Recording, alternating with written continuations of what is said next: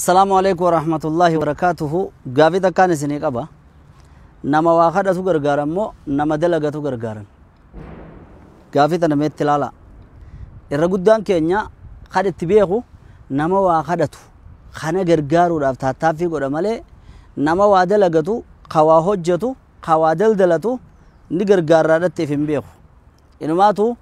يوني في وابتني يو وإسر رابطو بربادن gatii nama keenyaa nu godhe janiin gatii nama wal beekuu janiin akka waan namni guyyoo nama kan keetee gatiin gabbuu qabduu garte sila yoonii fi nama kan keetahuudhaaf gatiin ol ka'uu qabdi moo irraa gabbuu qabdi bar khiishuma kanaafuutee kana keeyse oo nama kan keete kanaafuutee kana keeyse maaliif gatii nama fi oo gatii nama wal beekuu maaliif jechuun barbaachise maaliif wal gaqqabuun barbaachise bakka tanatti ilaaltanii arra nama tokko kadaldalatu kadalagatu cinaa dhaabbattee yooni fi gargaartu taate bar inninis baru khabiraa gargaaraa sunis baru khabiraa gargaaraa if jijjiiraa deema jijjiiramni itti fufaa deema akkasitti hin beeytu nabiin keenya sallallahu alayhi wa sallami rahimallahu imra'an samhan idhaa baa'a wa idha ishtara wa idha iqtadaa je sallallahu alayhi wa sallami nama yeroo dhawaa bitu yookaan waa gurguru laafintii qabu nama liqiyoonni fi nama raagalfatelle laafintii qabu nama saniif rabbi rahmata haa godhu je maal jechuun bakkattoota na shuf gallaal garii namaa jira nama yoonii fi waa bituudha magaalaa dhaqe namnummaanuu waa isa gurguruun feenee jira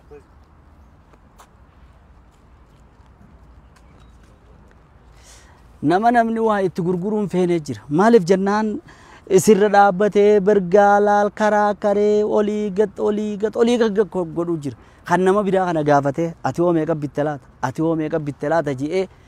waan bergaa qarshii silaa namni biraa dhibbattiin gurgure bite jau inni yoonii fi 80-70 bite haa ta'e gammadaarra gartee milkaawee ji'ee yoonii fi immoo qarshiin 10 isachi seente qarshiin 10 inni kara biraa achi oofe halkan san hirriiban qabu oo kana zaalima zalim akkasinna gurguree ja maalif laafintiidha yooni fi qabaatteho namammaas yeroodha waa isaa gurguran sadarkaa isaa laalanii sheekummaa faa isaa laalanii silaa gatii isaa gabbuusanii kafadhu jira bar gaaf tokko alimaamul aazam abuu haniifaa jedhanii inni nama waa'ee naggadaatis beeku waan gurguramuus beeku dhaqee waan takka gaafannaan waan silaa 150 dhibba jedhaniin isaan sheekha jedhanii irraa gabbu'anii fi akkasuma laaleeti haaya taatee jee harkatti hin darbine maaliif jee gaafate isaan nu qaalaa'ee jee asaniiti haaya sheekhummaa 80 yookiin 90 asii ta'uu jeniin maaliif jee ammas silaamee qennaan wanni kun 150 hin beekaa jeen bar sheekha ati sheekha inni sii gabbuune ennaan sheekhummaan tiyya bar waan keessan garrakisheessuudhaa miti daldala keessanitti taphachuudhaa miti akka biyyeetti gurgurattu isin gargaaruun qabaa berii arra laal isin gargaaruun qaba waan naggadatan kanarra kadhaa namarraa ifin qabdan ijoollee teessaniin barsiiftan zakkaadhaan itti kafaltan waan adda addaatiin itti gootan sigalemma saniif waa'ee daldala keessanii keessatti baran garrakisheessuudhaan hin barbaannee jeen nama meeqa nama yoonii fi ati akkasii ta'an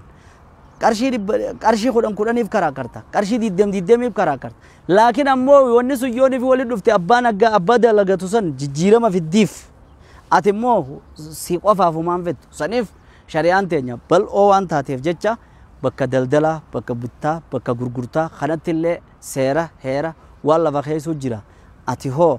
bu'aa silaa guyyaa 2-3 bakka biraarraa harkatu takkitti batana irratti har'a gowwaa harkadhe etteetumarraa hiikkatumo nama nasihaa namaa yaadu khawaabitus